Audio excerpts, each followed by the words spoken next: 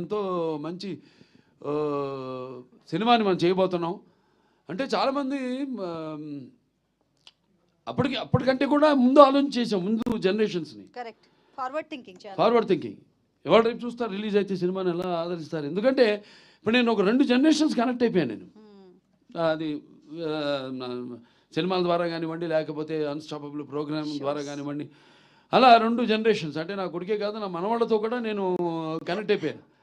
So వాళ్ళకి ఇది correct apt picture బాలకృష్ణది ఈ సినిమా. అన్ని సినిమాలు పిల్లలు కూడా చూస్తున్నారు, డైలాగులు చెప్తున్నారు. ఏది మా డాకు మహారాజు కానివ్వండి, లేకపోతే మా నేలకొండ భగవంత్ కేసరి కానివ్వండి, లేకపోతే అఖండ కానివ్వండి, లేకపోతే వీరసింహారెడ్డి కానీ. అటువంటిది మరి మెయిన్గా ఒక సింగతి శ్రీనివాసరావు అంత ముందు చేసిన సినిమాలు, ఆయన చేసిన ఎక్స్పెరిమెంట్స్.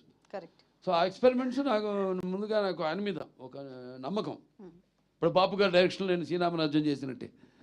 ఎందుకంటే బాపు గారు లేకపోతే ఆ సినిమాని చేస్తుండేవాడిని కాదు. అలాగే ఇప్పుడు సింగతి శ్రీనివాసరావు ఆయన చేసిన సినిమాలు, రకరకాల సినిమాలు, అవన్నీ నెమరేసుకుని బాగుంటుంది, వెరైటీగా ఉంటుంది, చాలా బాగుంటుందో మంచి సినిమాని మనం ఇవ్వబోతున్నాం. ఇప్పుడు అంటాను, ఇప్పుడు చాలామంది పద్మభూషణ్ వస్తే మీకు కొంచెం లేట్గా ఇచ్చారనుకుంటా. అంటే కాదు కరెక్ట్ టైంకి వచ్చింది నాకంటే.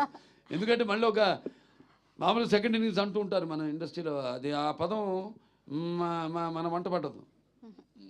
లేదు, సినిమాలు ఇచ్చాం, 3 సార్లు ఎమ్మెల్యేగా గెలిచాం, ఆ తర్వాత ఆహా అన్స్టాపబుల్ నంబర్ 1 ప్రోగ్రామ్గా నిలిచింది మన దేశంలోనే. మరి క్యాన్సర్ హాస్పిటల్ ద్వారా క్యాన్సర్ రోగులకు మనం సేవలు అందించడం, ఇవన్నీ కూడా చూసుకుంటే అప్పుడు నేను క్యాన్సర్ హాస్పిటల్ చైర్మన్ కాదు, ఒకళ్ళు ఇదివరకు ఏదైనా ఇటువంటిది ఇచ్చుంటే సరే రేపు అంతే. ఇప్పుడు ఇందాక అన్నారు మాటల్లో, కాకతాళీయమో యాదృచ్ఛికమో అని.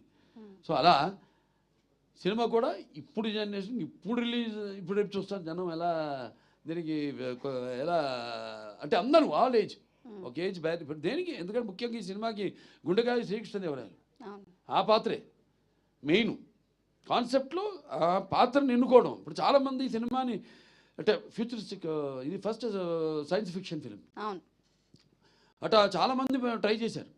హిందీలో ఒక పిక్చర్ ముహూర్తం కూడా చేశారు సినిమా, ఇటువంటి సినిమా. దాన్ని షెల్ఫ్ చేసేసారు, తీయలేదు. అలా తర్వాత వచ్చిన సినిమాలు ఏవి కూడా ఇది మన సినిమా సక్సెస్ అయినట్టు ఏది సక్సెస్ కాదు సినిమా.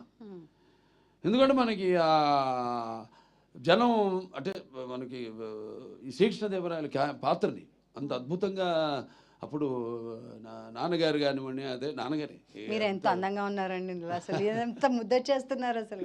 దాంట్లో అదే తెల్ల రామకృష్ణ కానివ్వండి. Very nice. సో భాష మెయిన్గా పిల్లలకి ఇప్పుడు తింటోంది మేకతోక మేకతోక మేకతోక మేకతోక మేకతోక. ఇట్లాంటి భాష మీద కూడా ఇప్పుడు ఎలా అంటే మన భాష మీద ఇంట్రెస్ట్ పుట్టిస్తాం, కలిగిస్తాం. అంటే అట్లా అని కాదు నేను చెప్పేది. ఇప్పుడు నేను చెప్పిన సినిమాలు అన్ని డైలాగులు కూడా చిన్న చిన్న పిల్లలు కూడా చెప్తున్నారు. అట్ట కాకుండా బాగా ఇంకా దానికి యాప్ట్గా అంటే నేను అనేది విజువల్స్గా ఒక కాన్సెప్ట్గా కూడా ఇప్పుడు యూత్కి, అంటే ఆ తర్వాత నెక్స్ట్ జనరేషన్, ఇది మామూలుగా టీవీలో చూసిన వాళ్ళని కాకుండా, లేకపోతే ఈ ఓటీటీలో చూసిన వాళ్ళని కాకుండా, ఓటీటీ లేదు టీవీలో, అలాగే ఇప్పుడు రేపు పెద్ద సినిమా చూస్తారు. ఏప్రిల్ 4th ఎలా ఉంటుందో బ్రహ్మాండంగా ఉంటుంది. అండ్ ఇళయరాజా గారి సంగీతం ఇందులో, అండ్ దీంట్లో చేసిన నటీనటులు ఎంతో మంది ఉన్నారు. ఇన్ఫాక్ట్ ముంబై నుంచి అప్పట్లో అదేంటి అమరేష్ పూరి గారు, టీను ఆనంద్ గారిని తీసుకొచ్చారు.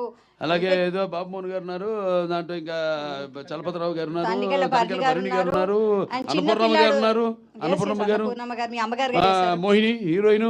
అప్పుడు పుస్తకం తెచ్చుకుని చదువుకుంటుండేది. ఏంటమ్మా పుస్తకం తెచ్చి చదువుకుంటున్నా అంటే ఎగ్జామ్ ఏది ఇప్పుడు 11th మెట్రిక్ అనుకుంటా, +1.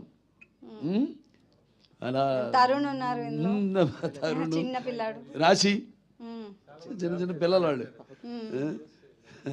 చాలా మంది నటీనటులు అండ్ సంగీతం ఇళయరాజా గారి సంగీతం మాస్టర్ ఇళయరాజా గారు. అలాగే